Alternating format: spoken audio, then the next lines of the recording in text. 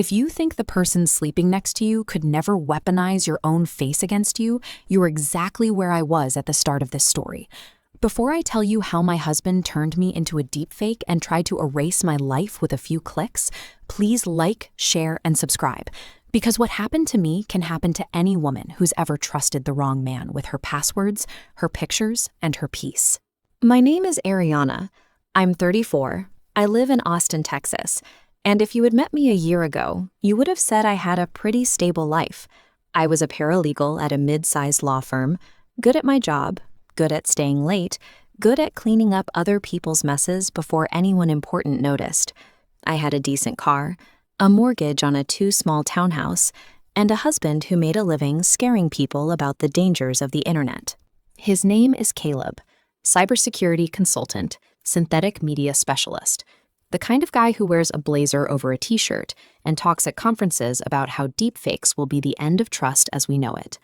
I met him at one of those events 5 years ago, sitting in the back row with my laptop, taking notes for a partner. He walked the crowd through case studies of fake videos ruining real lives and said, "This tech will be used to hurt women first. It always is. We owe them better defenses." I believed him.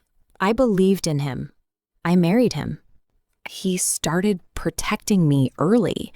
On our 3rd date, he picked up my phone, tapped a few times, and said, "You reuse your email password for your bank. That's a terrible idea." I laughed, a little embarrassed, while he reset everything, installed a password manager, synced it to his. He called it digital hygiene. He locked down my social media, deleted photos he thought were too revealing, scolded me when I posted in real time. "I just want to keep you safe," he said. "People are monsters online." What I didn't understand then was that he was building himself the perfect set of keys to my accounts, to my images, to my life.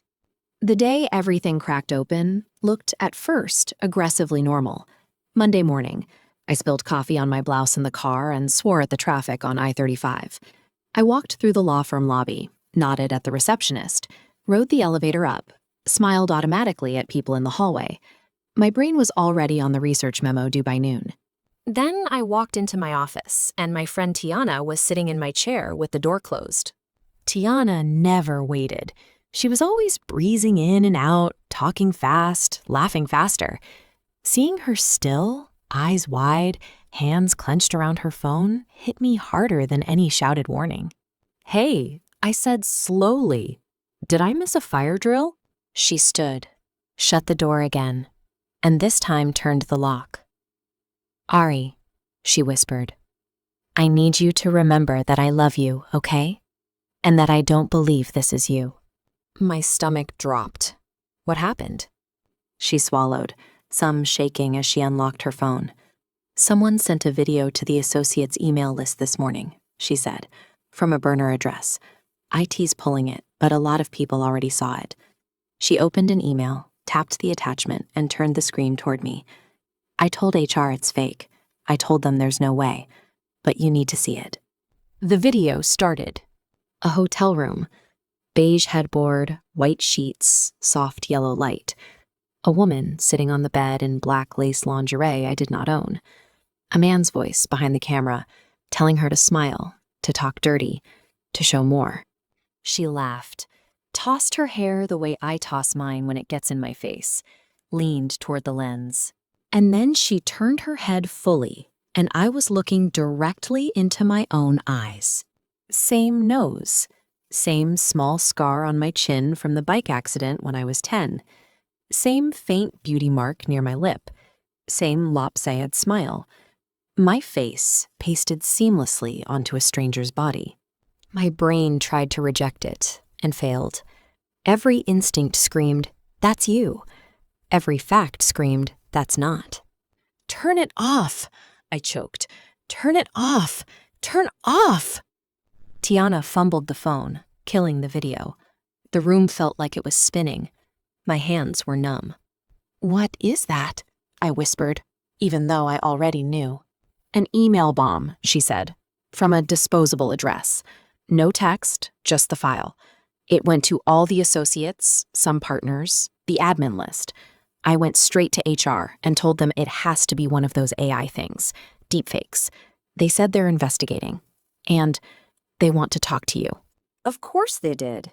10 minutes later, I was in the HR conference room, which has all the warmth of a fish tank. Marissa from HR sat on one side of the table, laptop open, hands folded. Next to her sat senior partner Daniel Whitaker, crisp suit, silver hair, expression impassive. I sat across from them. My palms left damp prints on the wood. Marissa cleared her throat. We're aware of an explicit video that was circulated this morning, which appears to feature you. It's not me, I said immediately. It's a deepfake. Someone used my photos. My husband's in cybersecurity. He's told me about this. People can do crazy things with AI now. We aren't accusing you of producing it, she said. We just need to understand what's going on. Daniel leaned forward, steepling his fingers. Have you ever filmed content like that? With anyone? Even years ago? He asked. Anything that could have been repurposed? Heat flooded my face. No, I said. I have never made a sex tape. Not in college, not drunk, not ever. I barely like seeing myself in Zoom meetings. Have you received any threats? Marissa asked. Messages suggesting someone might send this to the firm or to you? Any hint at a motive? No, I said. This morning was the first I heard of it. I don't know who did this. I just know it wasn't me. Your social media, Daniel said, is it locked down? Mostly, I said. My husband set my privacy settings. He's paranoid about that stuff. Daniel's eyes sharpened. He's the cybersecurity consultant, correct? Yes, I said. He talks about deepfakes at conferences. He hates them. I expected that to give them confidence. Instead, I could see the gears turning in a direction I didn't like at all. Marissa sighed softly. Regardless of intent, the fact is, members of this firm have now seen explicit content that appears to them to depict a current employee. That creates risk, for you and for us. I didn't ask for that risk, I said. I am the one being violated here. I understand, she said, which is why we're going to place you on administrative leave with pay while we investigate. This is not disciplinary. It looks disciplinary, I cut in. The video goes around and then I vanish. What do you think people will assume? That we are handling a sensitive matter appropriately, Daniel said, his tone making it clear the discussion was over. I walked out of that room feeling like my skin didn't fit anymore. Back in my office, I packed my things into a cardboard box with everyone's eyes on my back. Screens glowed. Conversations died as I passed. Someone dropped a pen and jumped like they'd fired a gun. On the drive home, I clung to one thought like a life raft. Caleb will fix this. If anyone can prove this is fake, it's him. When I walked into our kitchen, he was there in sweatpants and a conference t-shirt, pouring coffee. He smiled automatically. Hey babe, you're home early. Did the legal overlords finally set you free? Someone sent a very crude adult video with my face to my entire firm, I said. HR suspended me. The mug hit the counter hard. Coffee sloshed over his hand, but he didn't seem to notice. What? I told him. The email. The hotel room. The way it looked exactly like me, doing things I'd never done. HR, Daniel, the leave. He listened with his full attention, brow furrowed, mouth tight. When I finished, he blew out a breath. Jesus, he said. Ari, I'm so sorry. That's horrific. Can you help me? I asked. You warned me about this kind of thing. You said it was coming. We can prove it's fake, right? You can trace it? He nodded slowly. Maybe. It depends on the tool they used, how careful they were. But yeah, I can take a look. Forward me the email and the file. I'll run it through my suite, check the metadata, see if there's anything obvious. I forwarded him everything from my phone. He skimmed the message, jaw tightening. Did HR mention involving law enforcement? He asked. Not yet, I said. They're more worried about optics than crimes. He snorted. Of course, lawyers. He rounded the counter and pulled me into a hug. Listen to me. This isn't your fault. Someone did this to you. We're going to find out who. I pressed my face into his chest. He smelled like coffee and laundry detergent and the faint metallic tang of his office. For a moment, I let myself sink into the comfort. Then I remembered the way Daniel had looked at me and pulled back. I feel so exposed, I said. Like anyone who looks at me now has seen her. That body. That room. Don't watch it again, he said. Seriously. Let me deal with the file. You don't need that in your head. HR already made me talk about whether I'd filmed anything, I said bitterly, like I secretly had a career in adult entertainment and forgot to mention it on my resume. He winced. They're covering their asses. That's what they do. He cupped my face. I'm on your side, Ari. We're going to make this right. He retreated to his office with his laptop, door half closed, monitors flaring to life. I heard keys clacking, the low murmur of his voice on the call, the occasional curse. Hours bled by. I sat on the couch with a blanket and a mug of tea, some reality show playing muted on the TV, my brain circling the same horrible image. Every time my phone buzzed, my heart jumped. I ignored most of the messages. Later that night, he emerged, rubbing the back of his neck. This is complicated, he said. Whoever did it covered their tracks pretty well. The metadata's scrubbed. It could be a custom model. So you can't tell who it was? I asked. Not yet, he said. I need more time. Maybe more samples. I might loop in a buddy of mine who works on detection, if you're okay with that. I'll keep you anonymous. I'll say it's a case study. More people will see it? I asked, stomach twisting. Just one or two, he said quickly. People I trust. We're trying to clear your name here, remember? I nodded, trying to be reasonable. Who cared how many strangers saw it if it meant my colleagues believing me? He kissed my forehead. Try to sleep, he said. I'll keep digging. I tried. It didn't work. Sometime after midnight, the sound of typing stopped. The glow under his office door vanished. The mattress dipped as he slid in next to me. His arms circled my waist. His breath warmed the back of my neck. You okay? He murmured, half asleep. I will be. I lied. He slipped under. I stayed wide awake. There's a point where fear curdles into something else. Not quite anger, not yet. Just a hard, bright clarity. Lying there in the dark, staring at the faint outline of the window, I realized I might get answers faster on my own. I eased out from under his arm and out of bed.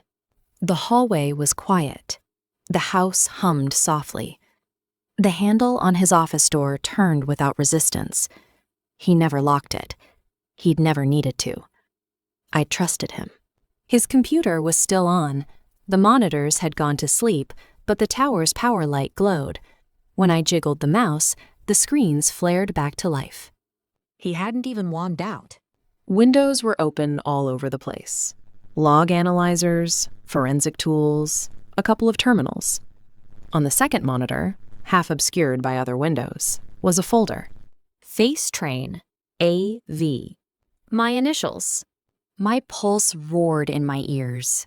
I clicked it. The folder opened into subfolders: base images, models, renders, clients, notes. I opened base images. My face filled the screen, over and over in a grid of thumbnails.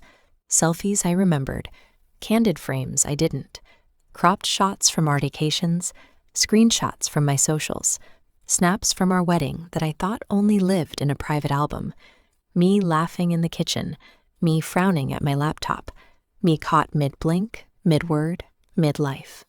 File names were methodical. AV Front Smile 01, AV Profile Cabo 03, AV Laugh Living Room 02. He hadn't just scraped my Instagram. He'd harvested everything. Photos I texted him, videos he'd filmed. moments I thought were hours. He turned me into training data. I backed out and opened renders. The file list was long, too long. Hotel room test. Shower, attempt 2. Couch scene final.mkv. Airy bedroom full render.mp4. Ariana-funny angle-test.move. And then the one that made my fingers go numb. Ariana-firm-leak-final.mp4. I right-clicked, opened properties. The details glared back at me. Created yesterday, 11:38 p.m. Modified, yesterday, 12:02 a.m. Author, Caleb. V. Location, C. Users, Caleb. Projects, FaceTrain AV. Renders, finals. That was my, oh my god, no way moment. The kind that hits you so hard you feel slightly outside your body. It wasn't some stranger. It wasn't an enemy. It was him. The man who warned me about monsters had been building one with my face. My hands trembled, but I managed to snap photos of the screen with my phone. Properties window, folder path, file highlighted. Then, because some horrible instinct told me this went deeper, I backed out and clicked clients. More folders. Initials. Dozens of them. A, V, J, S, M, L, D, W, V, H. Some meant nothing to me. Some hit like a slap. D, W, Daniel Whitaker. V, H, Veronica Hayes, my managing partner. I opened DY. Renders. I clicked one. On screen, in a tastefully lit hotel suite, Daniel sat on a sofa with an escort in his lap. The body wasn't quite his, but the face was close enough. Voice close enough. Details close enough that if his wife saw it, if a client saw it, if a bar committee saw it, they'd never recover. I killed the video and opened a text file in the folder, dww.leverage. DW, senior partner at Ariana's firm. Headshots scraped from firm site, LinkedIn, bar profile. Model stable. Scenario, DW plus escort in hotel. Use for leverage if firm pushes back on Ari offboarding. Deliver via burner. 0 direct link to us. A different no way hit me. No way my husband was planning to blackmail my boss. No way this was just research. No way this was going to stop with me. I clicked back and opened V. Veronica's face stared back at me from thumbnail stills in situations she had never been in. There was another note. VH, high-profile legal target. Potential demo for Keynote. Max shock. He was going to use her for a show. I copied the entire FaceTrain AV folder to a USB drive, each second of the transfer bar crawling by like an eternity. While it copied, I opened my personal email on his browser and sent myself a compressed archive with the subject line, "If something happens to me, start here." Then I closed everything, turned the monitors off, put the USB in my pocket, and went back to bed with the man who had just turned my life into a lab project. Sunrise found me making coffee like nothing had happened. Caleb shuffled in, hair mussed, yawning. "You were tossing all night," he said. "Dreams?"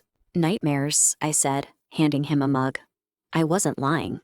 He took a sip, grimaced at the strength, and leaned against the counter. "My buddy thinks he can help with the analysis," he said casually. "We might be able to produce a neat little report for your firm. Clear your name."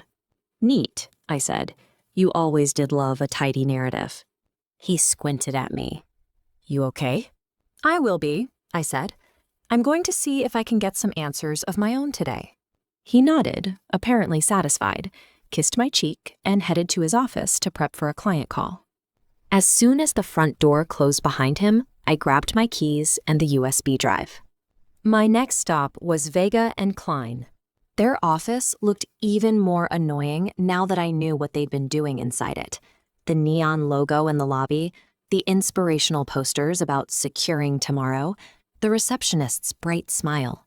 Hey, Ariana, she chirped. Caleb just left. Conference thing. You just missed him. That's okay, I said. I'm actually here to see Lena.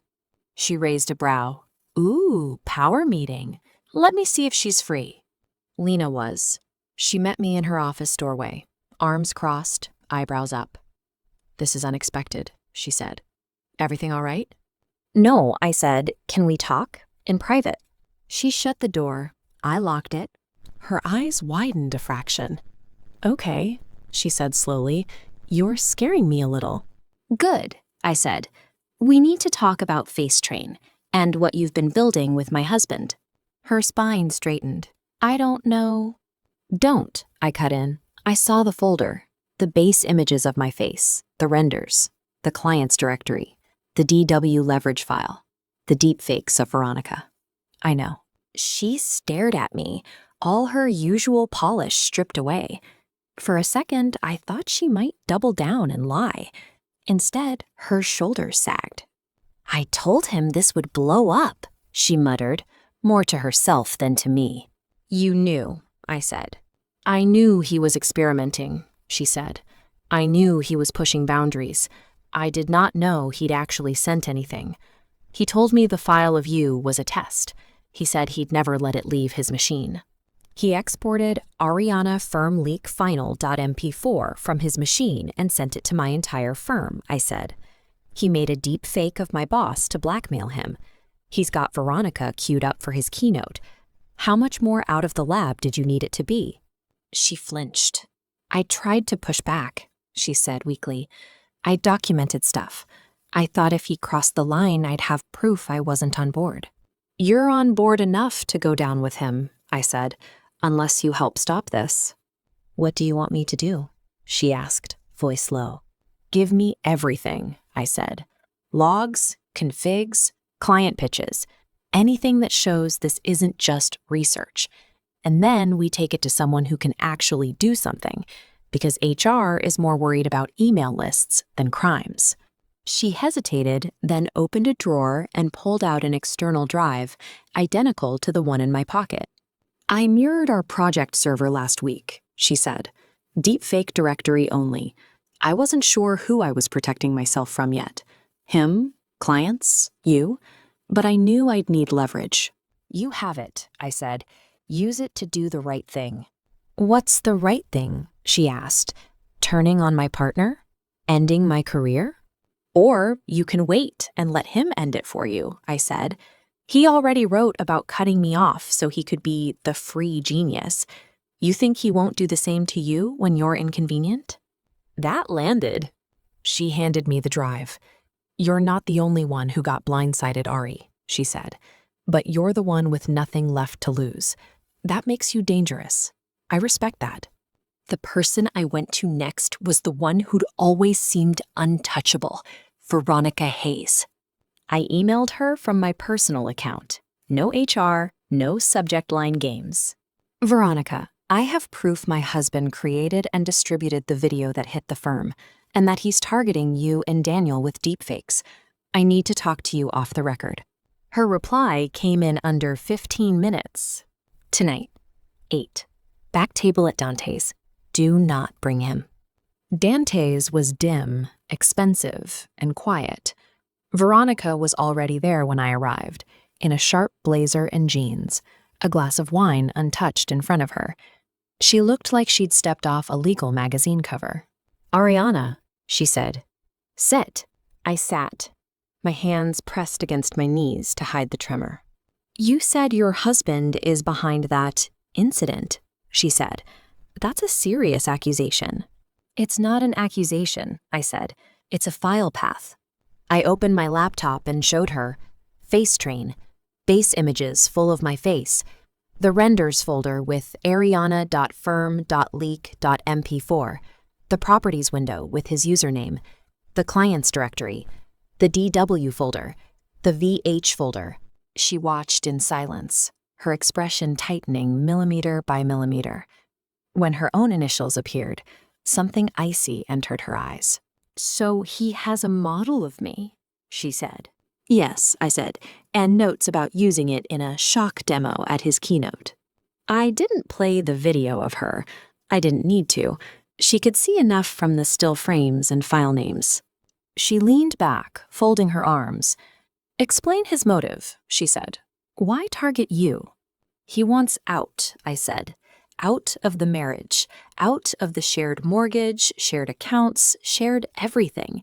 He wants to be the genius unburdened by the wife who doesn't worship him enough. If my reputation is trashed and I lose my job, I'm easier to discard." He wrote about offboarding Ari, like I was an employee to be managed out. And Daniel? She asked. "Leverage," I said. "If Daniel didn't play along, send the fake tape. Make him panic. Use that panic to shove me out." Her jaw clenched. "And you?" I asked. "A show. Something to make the crowd gasp." She exhaled slowly, a controlled, simmering thing.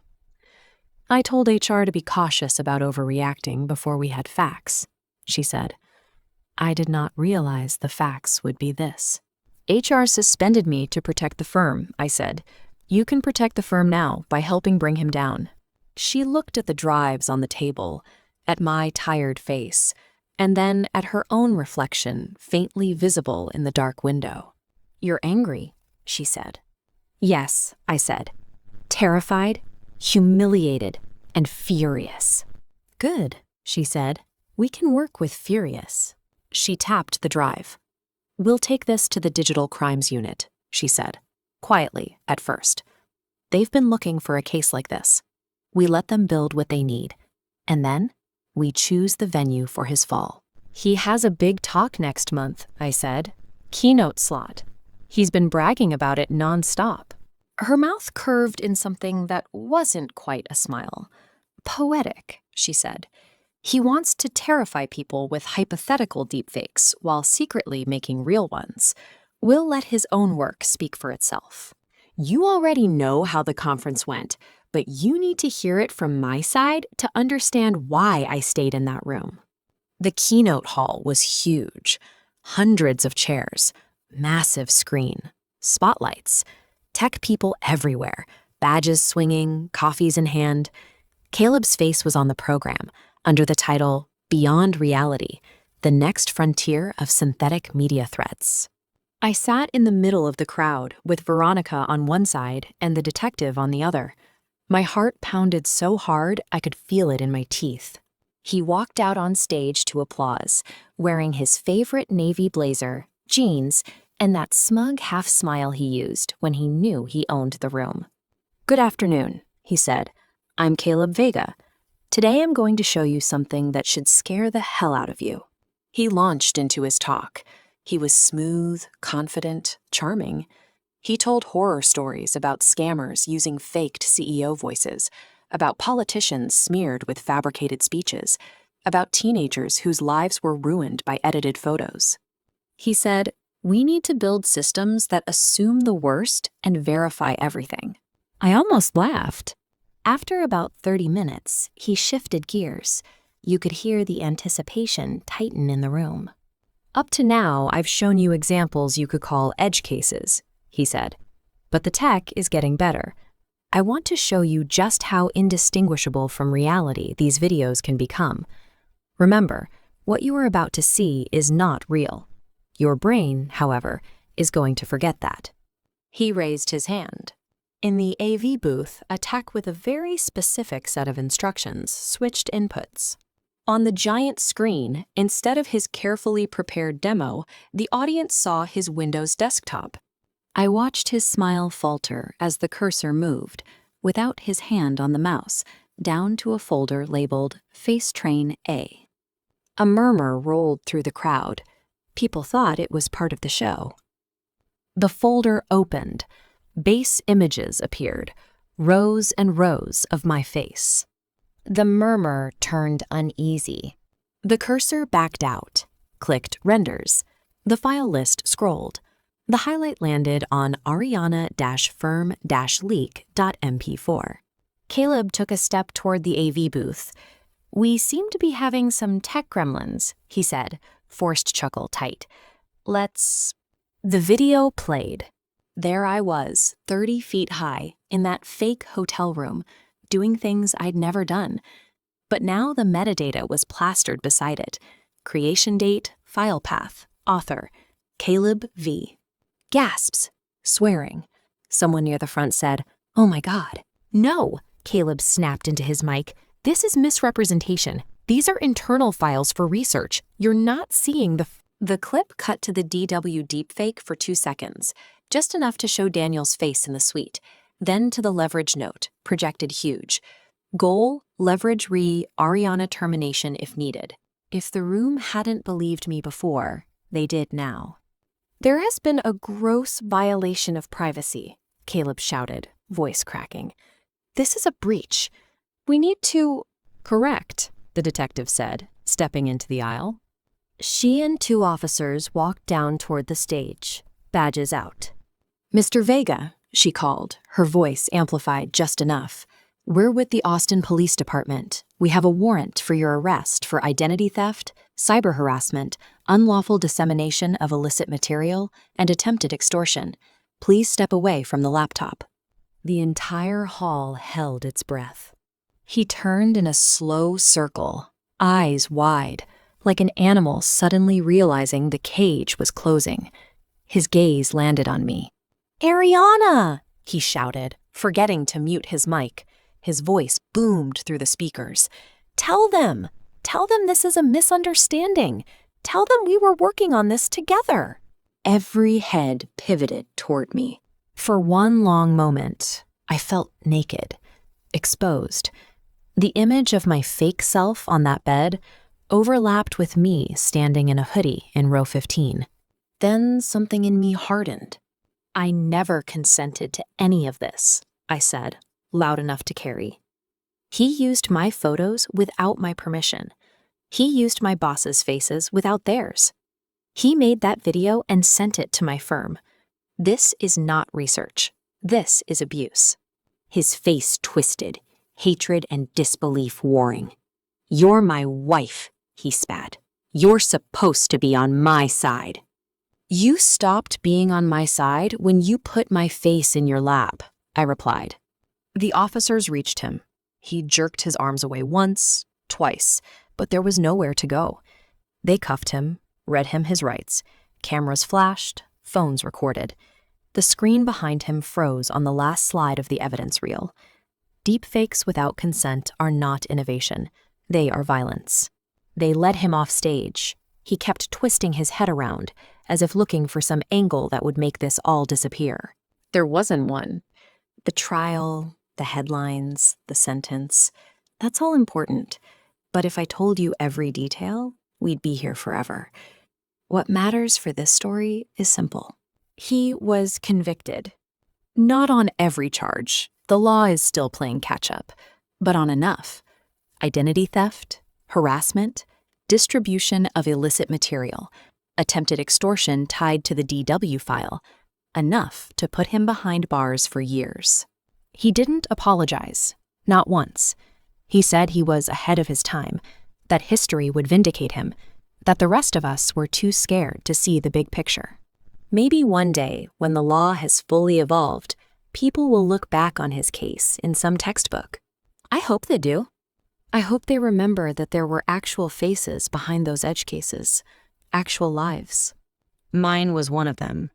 I went back to work eventually. Veronica went on record supporting me, both inside and outside the firm. They reinstated me with back pay and an apology. HR learned what victim actually means. But the real change wasn't in the policies or the paycheck. It was in me. I started talking, first at small community events, then in bigger rooms. I told my story to anyone who would listen. Law students, tech people, parents, teenagers. I co-founded an organization that helps victims of synthetic media abuse find legal and emotional support. I made it my full-time mission to make sure what happened to me doesn't happen quietly to someone else. Sometimes people ask if I regret marrying him, if I regret trusting him with my photos, my phone, my accounts. Of course I do. But I also know this. I am not the one who should be ashamed. If someone has threatened to make a video of you, to leak your pictures, to teach you a lesson with tech you don't fully understand. Believe that threat is real, not because you're powerless, but because you deserve to take it seriously. Save the messages. Tell somebody. Do not let shame make you their accomplice. He stole my face. He doesn't get to keep my story. I'm Ariana, and this was my last straw. Please like, share, and subscribe.